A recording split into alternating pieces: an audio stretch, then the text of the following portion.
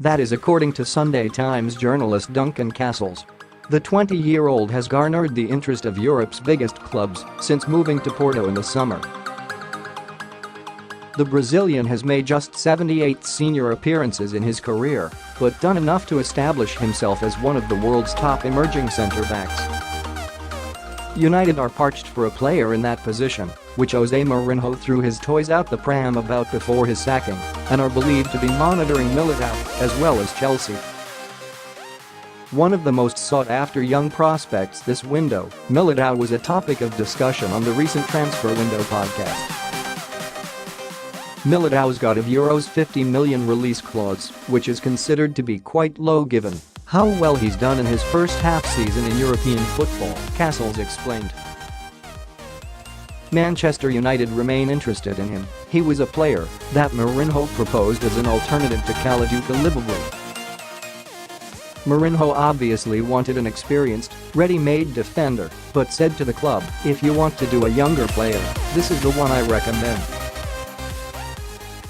I think Chelsea are also interested, and Chelsea have a good relationship with some of the players' representatives, which might help facilitate a move, and I think Real Madrid are also interested in him at present. So let's see if it happens in January, but I would definitely have money on him leaving Porto before the start of next season.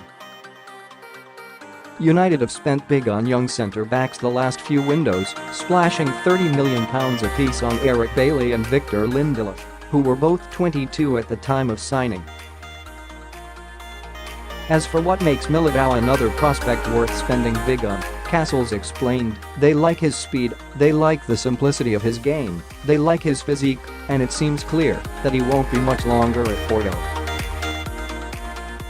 If it doesn't happen in this window, I would expect it to happen in the summer for sure, barring a very bad injury on the part of the player. He's a player who's been scouted by top clubs in Europe last summer, but Porto had been prepared to take him out of Sao Paolo, and obviously the top clubs have continued to scout him. They're now watching him play Champions League players and play for Porto at the top of the Portuguese League. And they like even more what they see now he's in Europe. He's taken that step, he's entered that adaptation process, which can be quite difficult for South Americans.